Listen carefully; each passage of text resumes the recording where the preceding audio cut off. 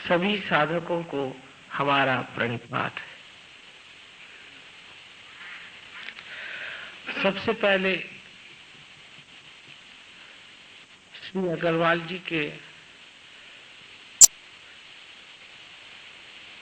अत्यंत उत्साह देने वाले शब्दों के लिए सारे सहयोगी के तरफ से मैं उनका आभार मानती हूँ।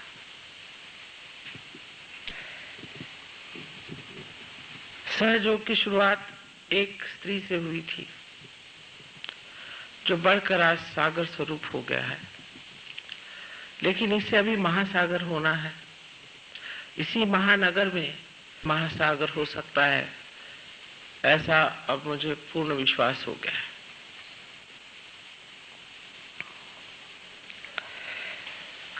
आज आपको मैं सहयोग की उपादेयता तथा कुंडलिनी के जागरण से मनुष्य को क्या लाभ होता है वो बताना चाहती हूँ। माँ का स्वरूप ऐसा ही होता है कि अगर आपको कोई कड़वी चीज हो तो उस पे मिठाई का लेपन कर देना पड़ता है, किंतु सहयोग ऐसी चीज नहीं। सहयोग पे लेपन भी मिठाई का है और उसका अंतर्भाग तो बहुत ही सुंदर है।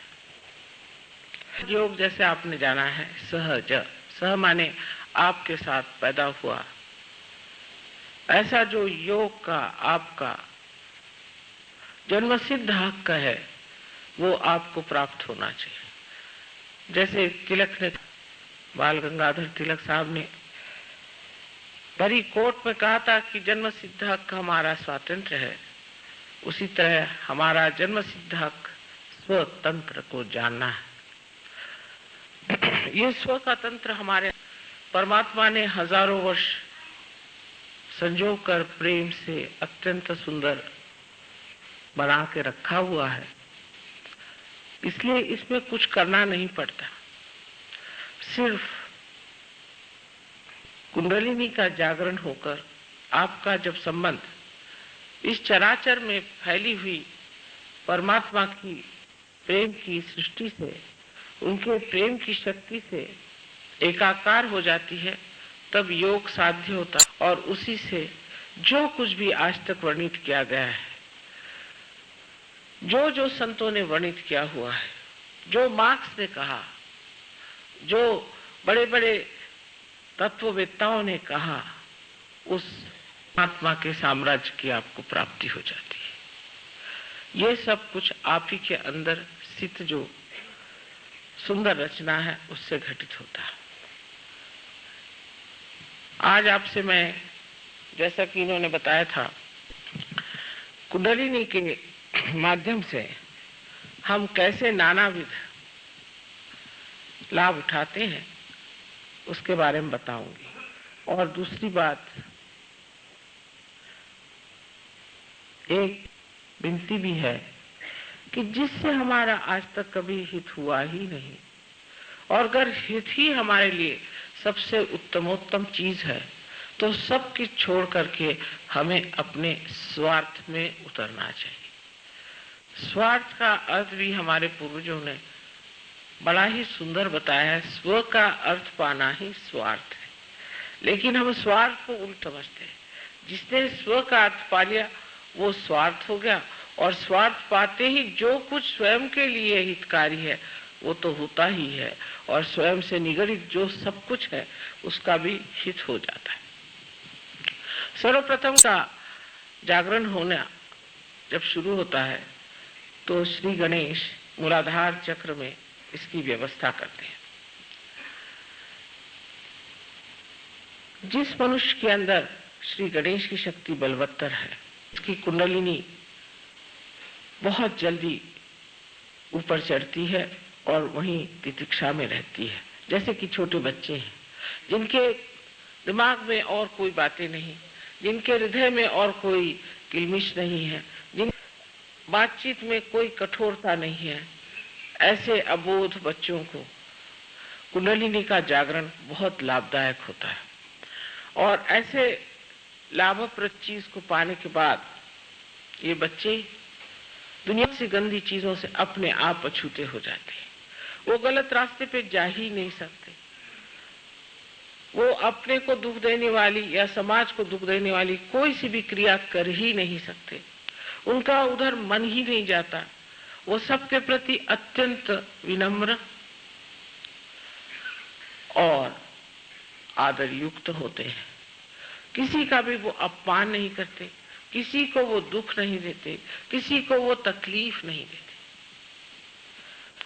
सारी चीजों के और उनकी दृष्टि अत्यंत शुद्ध और निर्मल होती है।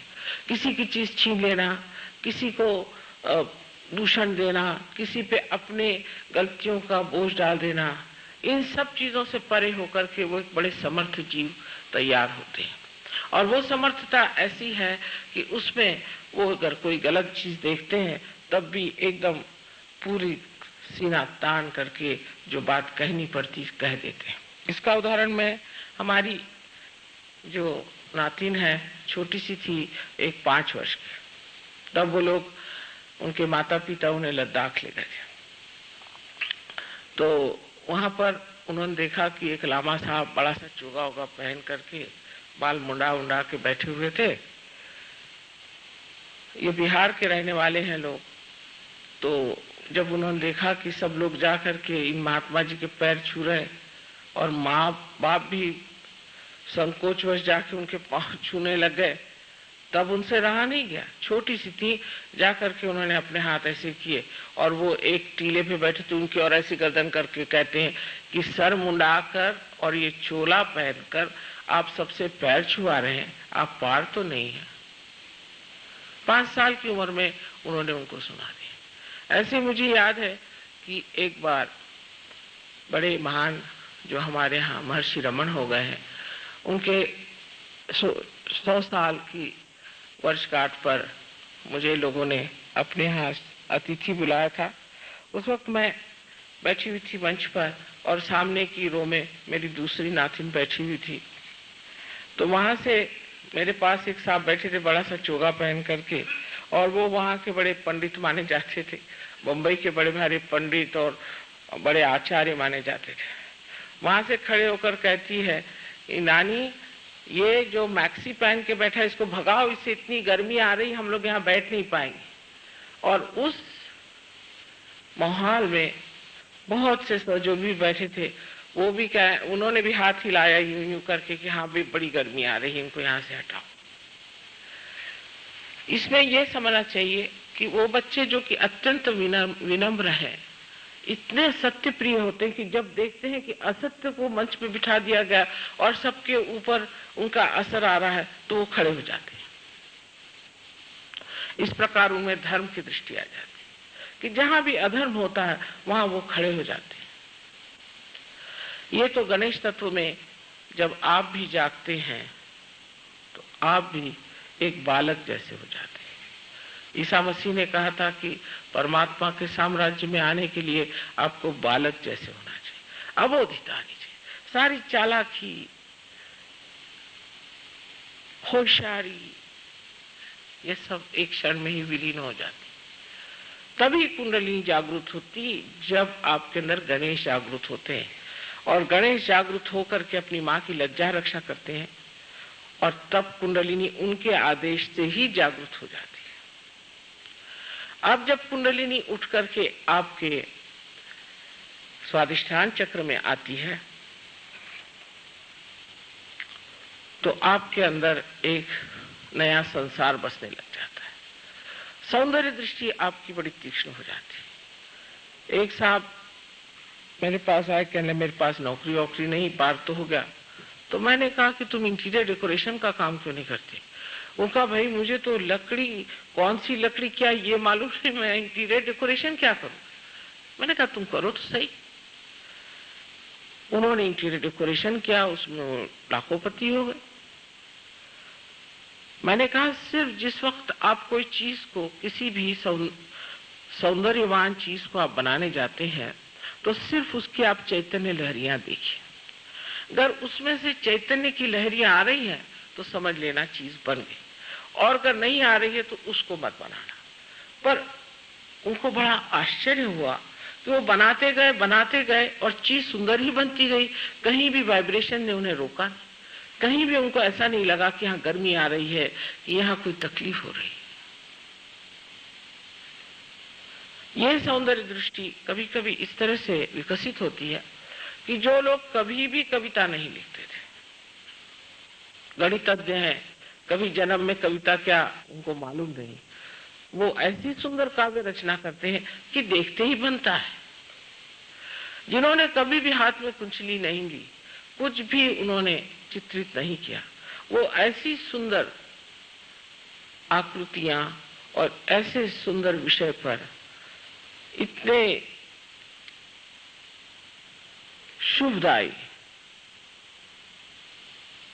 चित्र बनाते हैं कि सोचता है ये कहां से रवि वर्मा फिर से आ गए क्या इस संसार में। क्योंकि मनुष्य उसके तत्व में उतर जाता है और वो तत्व है सौंदर्य दृष्टि। सौंदर्य दृष्टि जो मनुष्य की होती है वो बाह्य होती है, लेकिन जब वो पार हो जाता है उसकी दृष्टि सूक्ष्म हो जाती है। उसको कोई अश्लील, भद्दी, सस्ती चीज अच्छी ही नहीं लगती। वो जो भी चीज बनाता है एकदम गहन बना के रख देता है। उसको समझने वाला भी आत्म साक्षात्कारी होना चाहिए। जैसे विलियम ब्लेक नाम का एक बड़ा भारी कवि 100 वर्ष पहले इंग्लैंड में हुआ, और इस कवि ने सहयोग के बारे में इतनी बारीकी से लिखा है कि मैं जिस घर में रहती हूँ उस घर का भी पता पूरा उस बारीकी से दे रखा। इस विलियम ब्लेक की जो कुंचली है उसने ऐसी चीजें बना के रखी हैं कि सिर्फ उसे सहयोगी ही समझ पाएगा या कोई आत्म साक्षात्कारी महापुरुष उसे समझ पाएगा। उन्होंने आज्ञा चक्र इतना सुंदर बनाया, परमात्मा को बनाया जो दबा रहे हैं आज्ञा चक्र को ऊपर से कि किसी तरह से खुल जाए ये चीज, लेकिन वो कौन समझ पाएगा। उसमें यही देख रहे हैं लोग कि मसल्स कैसे बनाए हैं जो परमात्मा को दिखाया, उसका नाक कैसा बनाया है, उसका मुंह कैसे बनाया है, उसकी पूर्ण आकृति का जो कोएफिशिएंट्स है उससे कितना शुभ आ रहा है। जब मैं लंदन पहुंची तो सर्वप्रथम मैंने कहा कि विलियम ब्लेक की 100 वर्षगांठ है, उसमें जो एग्जीबिशन उससे जाना है। तो सब लड़के कहने लगे कि माँ आप तो कोई एग्जीबिशन वगैरह जाती नहीं। मैंने कहा इसमें तो जाना है हमें। जब वहां पहुंचे तो सारा वातावरण इतना सुंदर लग रहा था, सब तरफ से बहुत सुंदर चैतन्य की लहरियां बह रही थी और जैसे संगीत था मुझे लग रहा था। लेकिन विभत्स लोगों की आंखें विभत्स होती, वो वहां दूरबीन लगा करके देख रहे थे कि कौन नग्न दिखाया गया है, कौन किस तरह से भद्दे ढंग से खड़ा है, क्योंकि उनकी दृष्टि में वो सौंदर्य था ही नहीं जिसको हम वहां उपभोग ले रहे थे। अब आप जानते हैं कि परदेश में लोगों की दृष्टि बहुत खराब हो चुकी है। वो तो किसी भी चीज में अश्लीलता के सिवा और कुछ देख ही नहीं सकते, उनकी दृष्टि इतनी अधोगति पे चली गई। लेकिन आज मैं सहयोग में देखती हूँ सहयोगियों के तरीके, उनको एक वृद्ध स्त्री है बैठी हुई, उसमें तक इतना सौंदर्य नजर आता है। हृदय का सौंदर्य देखने की जो महानता है वो उन लोगों में बड़ी ही कुशलता से पता नहीं कैसे बाहर प्रदर्शित होती है। और मुझे आश्चर्य होता कि ये लोग जो इतनी कुत्सित नजर से संसार की ओर देखते थे आज एक गौरव से देख रहे हैं कि देखिए संसार क्या है।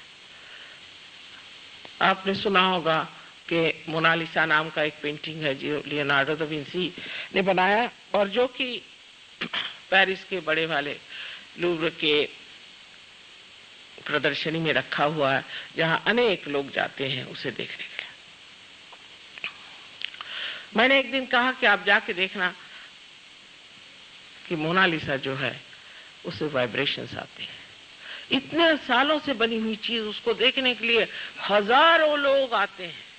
वो स्त्री कोई बड़ी आजकल की मॉडर्न सिनेमा स्टार जैसी नहीं है, काफी भरभक्कम शरीर है उनका और उनके मुख पर एक हंसी है, एक सादगी है और हजारों लोग इतने दिन से उसे देखने आ रहे हैं। मैंने कहा आप भी जाके देखिए उसमें क्या चैतन्य की लहरियां आती या नहीं।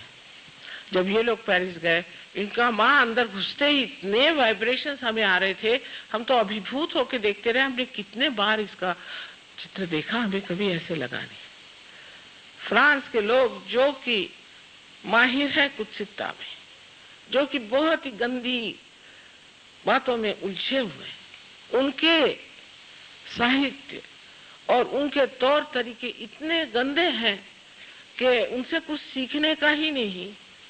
मैं तो उनको कहती थी कि आपका तो बाथरूम कल्चर है पूरा, आप पूरे बाथरूम कल्चर के लोग हैं और आपको कोई बात नहीं आती। लेकिन आज वो स्वर्ग में बैठे हुए हैं और इतने सुंदर लोग हैं, इतने सुंदर हो गए हैं कि आश्चर्य लगता है कि जैसे ही उनके अंदर आत्मा का दीप जल गया तो इतने प्रेम के शुद्ध स्वरूप में, शुभ अशुभ के विचार से प्लावित, वो इतने कीचड़ में बैठे हुए ये कमल पता नहीं इस तरह से खिल कर सब दूर सुरभित हो गए। ये तो आपके स्वादिष्टान चक्र पे कुंडलिनी के आने से होता है। जिसको संगीत नहीं सुनाई देता, अब जानते हैं आप कि बहुत से लोग क्लासिकल म्यूजिक नहीं पसंद करते। अब ये तो ओंकार से आया हुआ हमारा भारतीय संगीत है। हम लोग बहुत लड़ते हैं कि हम भारतीय हैं।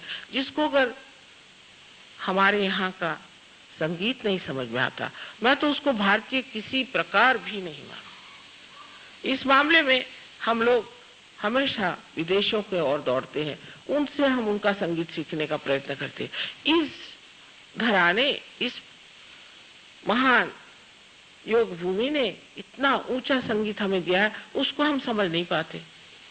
हमारा लेक्चर हो रहा था दिल्ली में, अमजद अली साहब भी सहयोगी हैं। जब से सहयोगी हो गए बहुत बदल गए और उनकी सारे बजाने में भी बहुत फर्क आ गया। लेकिन जैसे उन्होंने बजाना शुरू किया, आधे लोग उठ के चले गए। हम तो माँ को सुनने आए थे। मैंने कहा भाई मैं ही तो बोल रही हूँ, अमजद अली क्या बजा रहे हैं, मैं ही इसमें बोल रही हूँ, बैठो तो सही। जिसको संगीत का जरा भी शौक नहीं है उसको सोचना चाहिए कि एक दिन ऐसा आएगा कि ऐसा आपको शौक लगेगा कि चाहे संगीत कार उठ जाए आप नहीं उठे। ये हाल इन हमारे सहयोगियों का है। आज देश विदेशों में जहाँ जहाँ सहयोग पहुंचा है, हजारों के तादाद, जहाँ भी होंगे कोई म्यूजिशियन आए। भीमसेन जोशी आप जानते हैं, पंडित भीमसेन जोशी महाराष्ट्र के बड़े भारी गवैये हैं, जो कि श्री और मारवा जैसे राग की जो बड़े बड़े जानने वाले भी तंग आ जाते हैं, उस श्री मारवा में जम जाते हैं और उसके स्थाई पर बैठे हुए आराम से पूरा मारवा का बांधना देखते हैं, जैसे कि कोई इमारत अंदर बन रही। ये असली भारतीय है। इनको मैं असली भारतीय समझती हूँ कि जिनका ओंकार से संबंध है, जो ओंकार से भरा हुआ संगीत जो भारतीयों से समझते हैं। अभी चिट्टी बाबू आए थे दक्षिण से, उनका संगीत सारे सुनते विभोर। महाराष्ट्र में तो कोई जानता भी नहीं कि साउथ इंडियन म्यूजिक क्या होता है। थोड़ा बहुत तो थ्योरी में जानते हैं, लेकिन सारे महाराष्ट्रियन और सारे प्रदेश के लोग और सब बैठे रहे उनके कान सुनते हो, उनका बजाना देखते हो। वो खुद हैरान कि इतने तो मद्रास में लोग नहीं मिलते जो यहाँ बैठे माँ आपके सुन रहे हैं। उस सूक्ष्मता में मनुष्य उतर जाता है जहाँ संगीत का, कला का, किसी भी सर्जन का, क्रिएटिविटी का जो गाभा है, जो उसका अंतरंग है, उसे पकड़ लेता है, जहाँ आनंद टिका हुआ। वो कैसे होता है?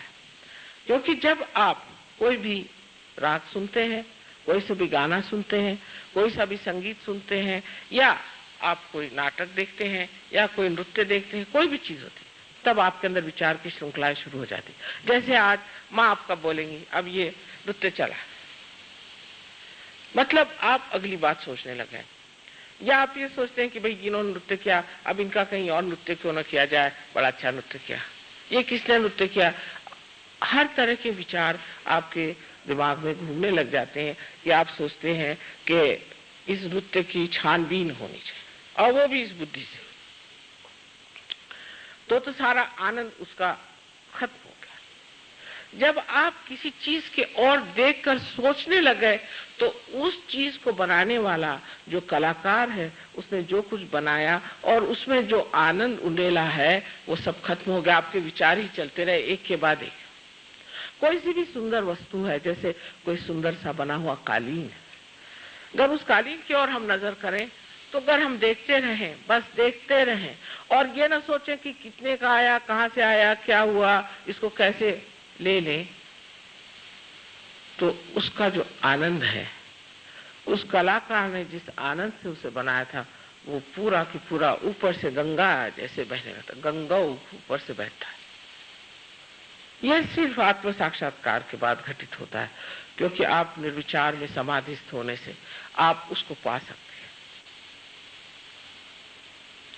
आगे चल करके हम नाभि चक्र पे आते हैं। नाभि चक्र से ही कमल जैसे ब्रह्मा निकल करके ये सृष्टि करते हैं, जिनसे कि हम सौंदर्य दृष्टि को प्राप्त करते हैं। लेकिन जब हम नाभि चक्र पे आते हैं तो नाभि चक्र ये हमारे खोज का चक्र है। नाभि चक्र से हमने खोज शुरू की। माने ये कि जानवर से ही सोच लीजिए कि उसने खोजना शुरू कर दिया।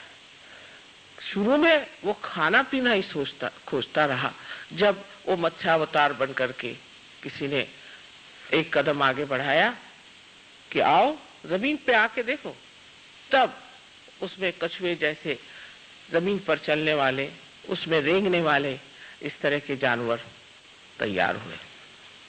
यह खोज बढ़ते बढ़ते बढ़ते बढ़ते मनुष्य स्थिति में जब आ गई, तब उसके अंदर धर्म की जागृति हुई। धर्म की जागृति ऐसी हुई कि हमारे लिए कोई चीज धर्म है और कोई अधर्म है, ये बात सिर्फ इंसान ही सोचता है, जानवर कभी नहीं सोचता। हमारा जो एक छोटा सा सहयोगी एक दिन मुझसे पूछता है कि माँ अच्छा बताइए कि शेर के बच्चों को क्या होता होगा। मैंने कहा क्यों? क्योंकि शेर के बच्चों को शेर कहता होगा कि तुम ये गाय को खा लो, तो वो तो खाते होंगे, तो उनसे तो पाप हो जाएगा ना। मैंने कहा बेटा उनके लिए कोई पाप नहीं, क्योंकि वो तो पाश में पशु है, उनके लिए कोई पाप नहीं है। मनुष्य को ही पाप की भावना और मनुष्य को अच्छे बुरे की भावना अंदर से ही प्रकाशित हुई है। और यही धर्म जो है वो जिस वक्त हमारे अंदर जागता है, तब हम कहते हैं कि नाभि चक्र का धर्म 10 धर्म माने गए हैं। और इन 10 धर्मों पर जो बड़े बड़े 10 महान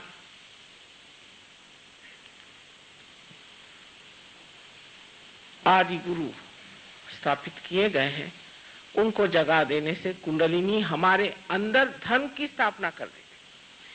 माने ये कि हमें कहना नहीं पड़ता है कि आप ये काम मत करिए। यहाँ पर जो कुछ सहयोगी आए हैं, इनसे कहीं अधिक प्रदेश में भी है और कहीं अधिक और जगह है। हमने कभी उनसे नहीं कहा कि आप शराब मत पीजिए। अगर इंग्लैंड में आप कहिए कि आप शराब मत पीजिए तो आधे से ज्यादा लोग तो उठ के चले जाएंगे। यहाँ भी कुछ ऐसा ही हाल होगा। लेकिन मैंने कभी नहीं कहा। मैंने ये भी नहीं कहा कि आप तंबाकू मत खाओ, मैंने ये भी नहीं कहा कि आप ड्रग मत लो। मैंने कहा इस गली में बस आ जाओ। और जैसे ही सहयोग में उन्होंने प्राप्त किया, दूसरे दिन से ड्रग छोड़ दिया। दूसरे दिन से छोड़ दिया। ये क्या, ये सांप, इसको छोड़ो, अपने आप हटा। मैंने कुछ नहीं कहा उनसे। नाभि चक्र के जो कुछ भी दोष है, जैसे कि हम गलत गुरुओं के पास जाते हैं। एक गुरु के पास गए, जिसको देखो उसको हम नमस्कार करते फिरते हैं।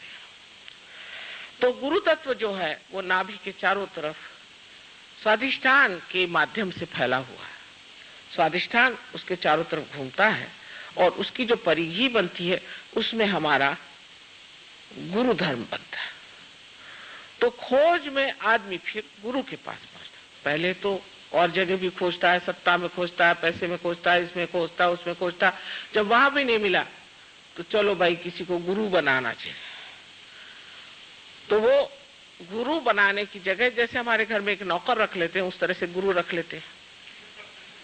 उनके यहाँ रसद रुपया जाते रहता है, इतना रुपया उसको दो, उसका इतना रुपया दो, उनका खान पीन देखो, उन लोग का खाना पीना देखो तो आश्चर्य होता है कि इतना कैसे खा लेते। उनकी ये व्यवस्था करो, उनकी वो व्यवस्था करो, और वो आराम से अपने बैंक में रुपया भेजते रहते। उनको भी एक इतना सा भी विचार नहीं आता कि मैं जो व्यवहार कर रहा हूं क्या ये मेरे गुरु का व्यवहार है। और जो उनके शिष्य हैं, जो उनके आगे नतमस्तक होकर घूमते हैं, उनको भी विचार नहीं आता कि इसका चरित्र क्या है, गुरु जैसा है। इसका तो पूरा समय लक्ष्य हमारे जेब पे ही है, तो भी हम इसी की ओर क्यों दौड़ते जा रहे हैं। कहीं से कोई चमत्कार दिखा दे, कहीं कुछ ला दे, वो उसी के पीछे लोग चले जाते हैं। जब आपका गुरुधर्म टूटता है तब अधोगति की शुरुआत हो जाती है। तो जिस वक्त मनुष्य खोजने के बजाय इधर उधर भटकता है, जिसे मैं लेफ्ट साइड और राइट साइड कहती हूँ, जब वो लेफ्ट साइड की तरफ मुड़ने लग जाता है तो वो अपने सबकॉन्शियस और उसके बाद कलेक्टिव सबकॉन्शियस माने सुप्त चेतन और सामूहिक सुप्त चेतन में उतरता हुआ उस लोक में जहां जाता है जहां सब कुछ जो पहले मरा है, गत है, वो रखा हुआ है, पास्ट पूरा। और जो मनुष्य भविष्य की बात करता है, प्लानिंग करता है, आगे की सोचता है और उसमें खोजता है, सत्ता में खोजता है या वैराग्य में और अपने शरीर को तंग करके मैं को बड़ी भारी सिद्धि ले लूंगा, इस तरह की बातें सोचता है, वो राइट साइड को चला जाता है। अब गुरु लोग लेफ्ट साइड वाले भी हैं, राइट साइड वाले भी हैं। इसी प्रकार कुछ ड्रग्स हैं जो कि राइट साइड में डाल देते हैं, कुछ लेफ्ट साइड में डाल देते हैं। अब आपको आश्चर्य होगा कि कैंसर जैसी बीमारी ये साइकोसोमैटिक कही जानी चाहिए। बहुत से लोग सोचते हैं कि कैंसर जो है ये सिर्फ शारीरिक बीमारी है, बिल्कुल भी नहीं, ये साइकोसोमैटिक। आपके राइट साइड में आप अपना शारीरिक और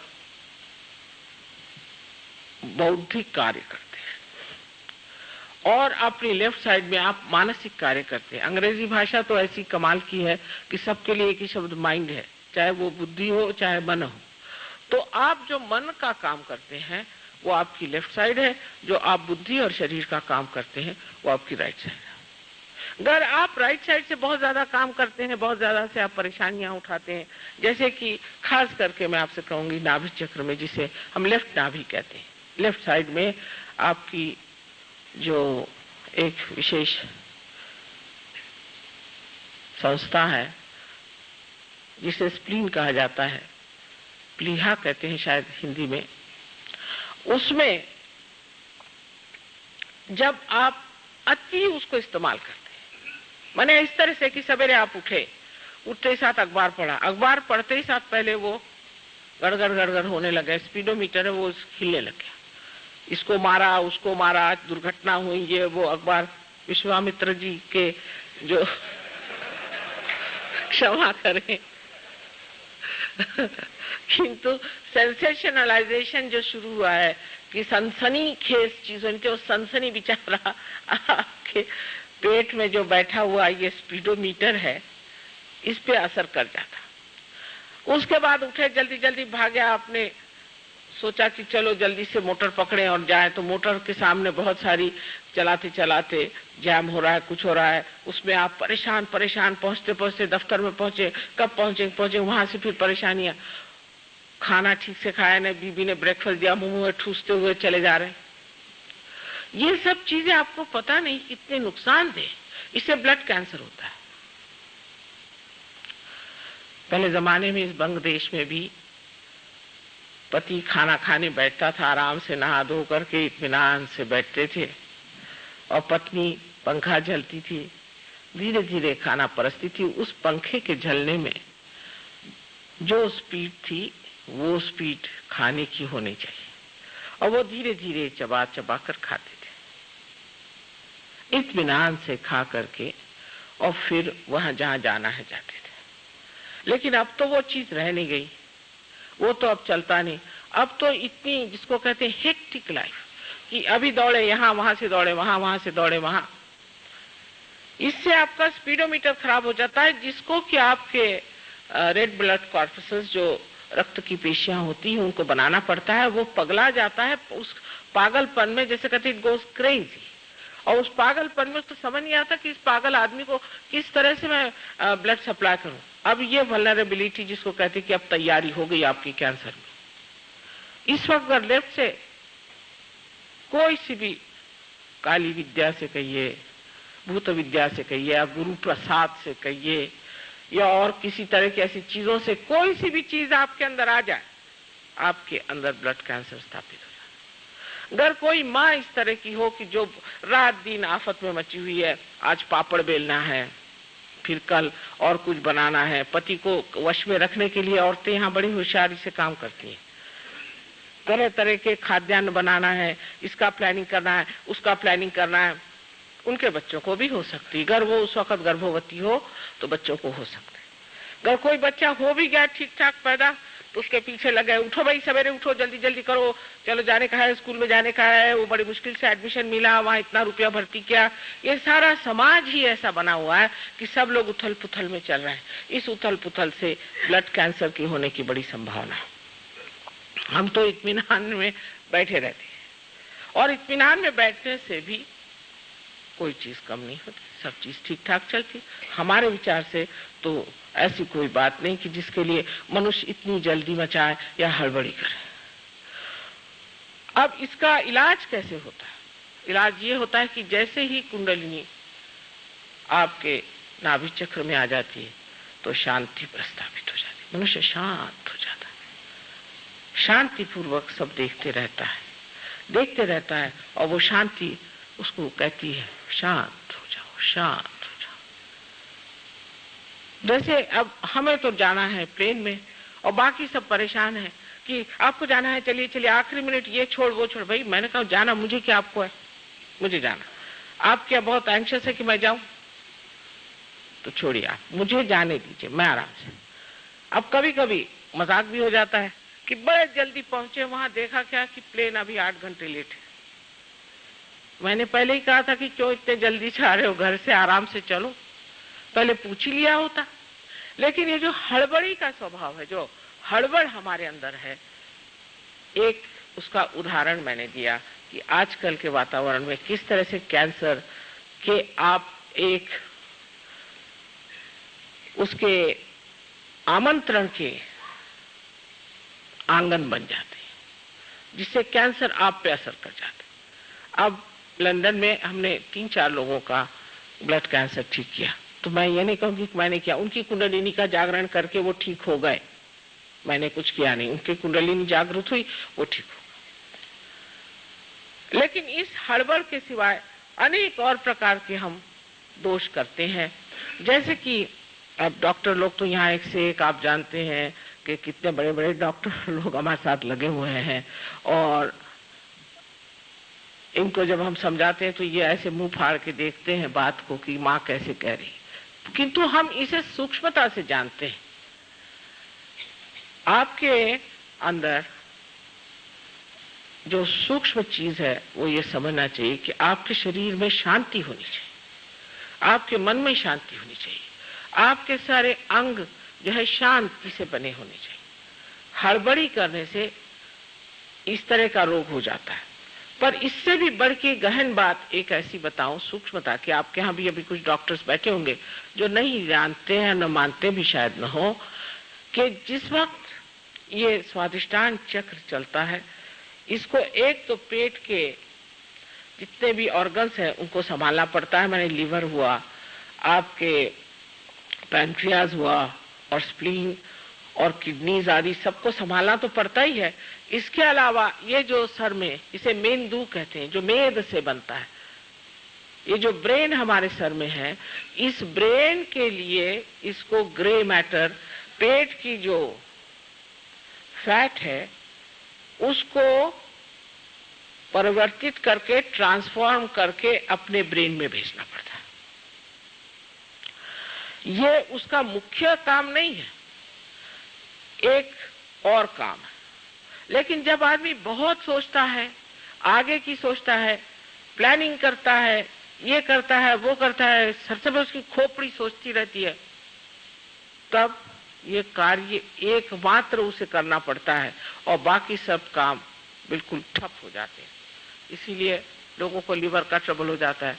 खासकर मैं देखती हूँ कि आपके कलकत्ते में लोगों को लीवर की बीमारी बहुत ज्यादा है, क्योंकि ये सूर्य नाड़ी है और सूर्य नाड़ी बहुत चल जाने से मनुष्य को सूर्य की जहां बहुत और ताप हो और ऊपर से सूर्य नाड़ी बहुत चल जाए तो जरूरी है कि बेचारे इस स्वादिष्टान चक्र को इतनी मेहनत करनी पड़ती है कि वो जो एक लिवर है उसे वो देख नहीं पाता, इसलिए यहाँ लोगों को लिवर की बीमारी हो जाती। फिर डॉक्टरों ने उसका नाम बनाया माइग्रेन।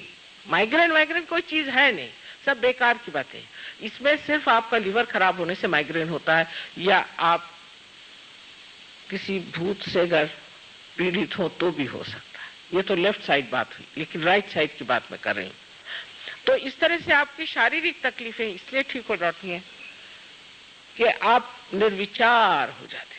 सहयोग में आप विचार बहुत कम करते हैं, विचारों से परे आप रहते हैं। तो जब प्रेरणात्मक जो विचार आता है उस विचार से ही आप बोलते हैं और उसी विचार पे आप चलते हैं। विचार एकदम जैसे कि रुक जाते हैं, एक विचार उठता है गिर जाता है, दूसरा विचार उठता है गिर जाता है, इसके बीच में जो जगह है उसे विलंब कहते हैं। ये विलंब जो है ये वर्तमान है, आज अभी इस वक्त इस क्षण ये जगह है। हम या तो आगे की सोचते हैं पीछे की सोचते हैं, तो इसी के कमान पर इसी के कस पे हम कूदते रहते हैं। हमारे पूरी समय मस्तिष्क चलते रहता है, खोपड़ी हमेशा घूमती रहती है और उस वक्त ये बेचारा स्वादिष्टान मेहनत करके और इस मेद की पूर्ति करने के लिए हर समय तत्पर हो जाता है। फिर आपको डायबिटीज होता है। डायबिटीज भी इसी से होता है कि आप पूरी अपनी शक्ति जो है स्वादिष्टान की अपने सोचने में लगा देते हैं। देहात में मुझे पता नहीं यहाँ है या नहीं, पर हमारे महाराष्ट्र में तो लोग इतनी चीनी खाते हैं देहात में कि कहते हैं कि चम्मच खड़ा हो जाना चाहिए चीनी में, तब कहीं चीनी पड़ी, नहीं तो क्या ये पीने की चाय है या दूध है। इतनी चीनी खाते हैं, किसी को डायबिटीज नहीं होता। देहात में किसी को डायबिटीज होता ही नहीं, शहर वालों को ही क्यों होता है। और जो टेबल पे बैठ करके रोज प्लानिंग बनाते रहते हैं और सबका कबाड़ा करते हैं, उनको क्यों होता है। उन्हीं को ये बीमारी क्यों होती है, वजह ये कि आप जरूरत से ज्यादा सोचते हैं। इतने सोचने की कोई जरूरत ही नहीं, पर अगर कोई कहे कि मत सोचो तो हो ही नहीं सकता। एक साहब स्विट्जरलैंड में आए हमारे पास, डॉक्टर साहब नहीं बैरिस्टर थे, अब तो वो सहयोग में आ गए। वो एक अल्जीरिया के बहुत बड़े बैरिस्टर हैं, वो स्विट्जरलैंड में आए और मुझे कहते हैं कि माँ चाहे मेरी गर्दन काट दो, चाहे मेरा सर फोड़ दो, पर ये विचार ठहराओ मैं पागल हो जाऊंगा। आज पार होकर के बहुत बड़े आदमी हो गए और अब उनका सारा कुछ डायबिटीज वगैरह सब खत्म। उसके बाद आप पे हाई ब्लड प्रेशर भी इसी से होता है, क्योंकि किडनीज निगलेक्ट हो गई, किडनीज को आपने देखा नहीं, उसको संजोया नहीं, तो वो भी आपको बीमारियां हो। अनेक बीमारियां इसलिए होती है और सहयोग से जबकि कुंडलिनी आपके नाभि चक्र को प्लावित करती है तो एकदम सारी ये बीमारियां भाग जाती और आपका चित्त बीच में स्थिर हो जाता है। जब आपके अंदर धर्म शक्ति जागृत हो जाती है तभी फिर हम कहते हैं कि लक्ष्मी तत्व से आप महालक्ष्मी तत्व में उतरते हैं। जैसे कि जहां जहां लोग पैसे वाले हो जाते हैं, एफ्लुएंस आ जाता है, वहां वहां वो अजीब पागलपन में घूमते हैं।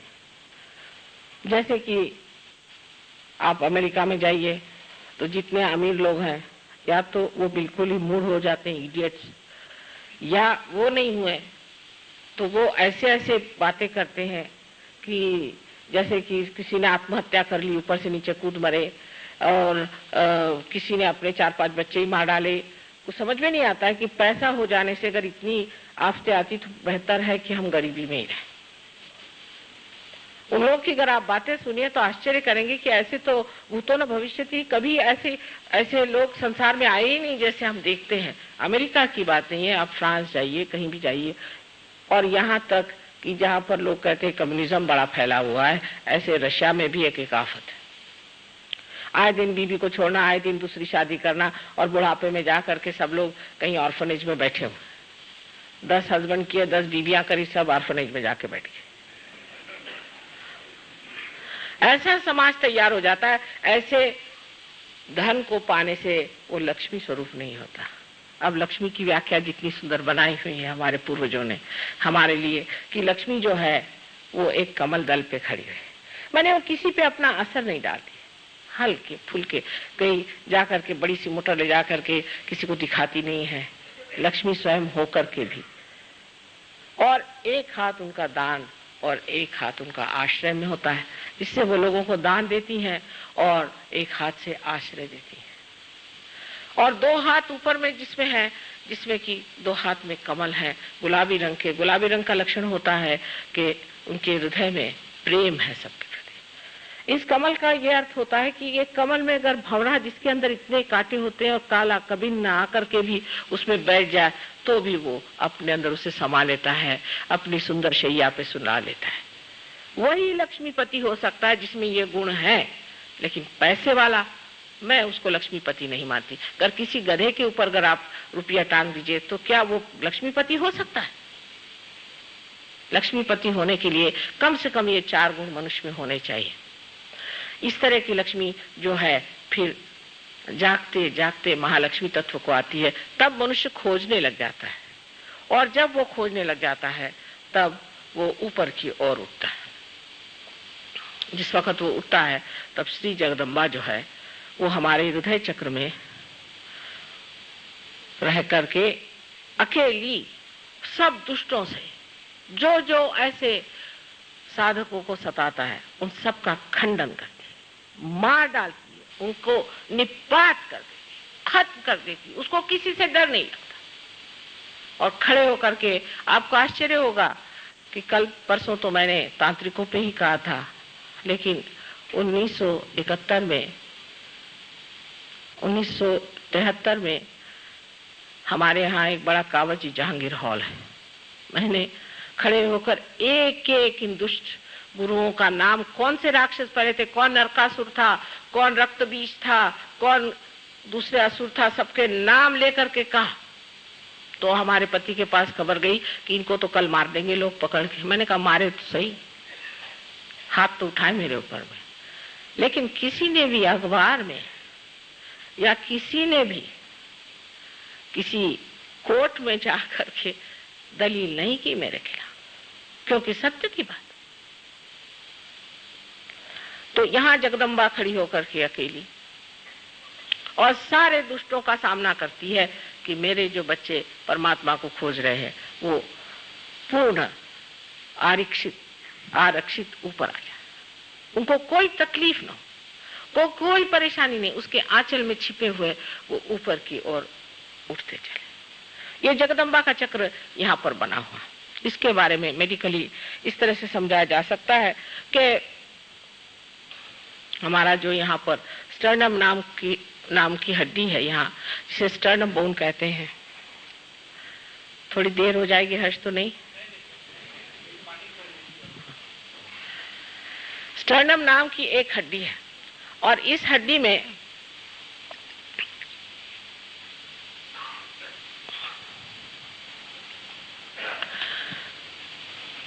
जगदम्बा जो है, जिसको कि भ्रमरांबा कहती है, वो भ्रमर बनाती है,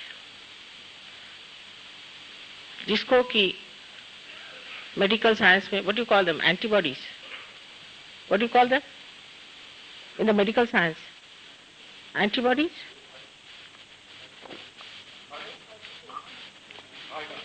व्हाट्स इट, क्या करें? हाँ, इन लोग का उलट उलट नाम रहता है। एंटीबॉडीज क्या हुआ, बहरहाल जो भी हो, एंटीबॉडीज यहाँ पैदा हो जाती है। और ये जो होती हैं, ये अगर कहीं से भी हमारे अंदर आक्रमण हो तो उस आक्रमण को वो पूरी तरह परास्त कर सकती है और उनसे लड़ती है। ये हमारे स्टर्नम बोन में 12 वर्ष की उम्र तक बनती है और उसके बाद सारे शरीर में फैल जाती है। और जैसे कि कोई आफत सामने से आए तो एकदम ये हड्डी जोर से ऊपर नीचे होने लग जाती है और उसका जो संदेश है, उसका जो मैसेज है, वो इन एंटीबॉडीज पे पहुंच जाता है, वो तैयार हो जाते हैं। और तैयार होने के बाद वो लड़ते हैं और परास्त कर देते हैं, लड़ते रहते हैं जब तक कोई भी परेशानी मनुष्य को रहेगी। ये देवी के भ्रमर लड़ते रहते हैं। ये तो देवी की व्यवस्था है हमारे लिए। लेकिन जब मनुष्य देवी स्थिति में आता है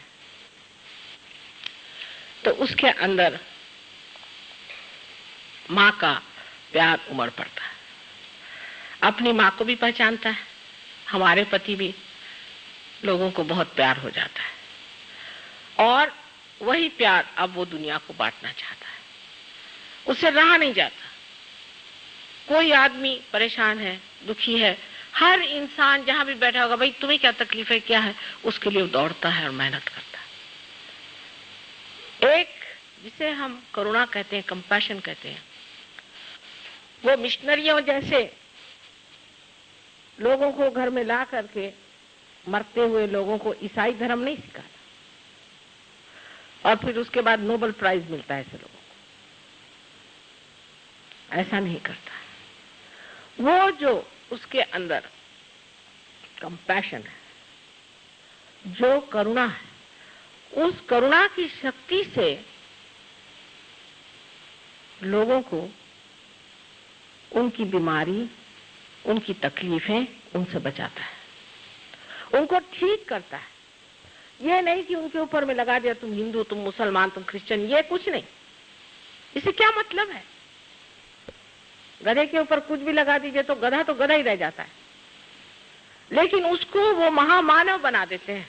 बहुत से लोग हमारे पास तो बीमारी के लिए आते रहे और आज वो बड़े बड़े सहयोगी बने हुए बैठे हुए।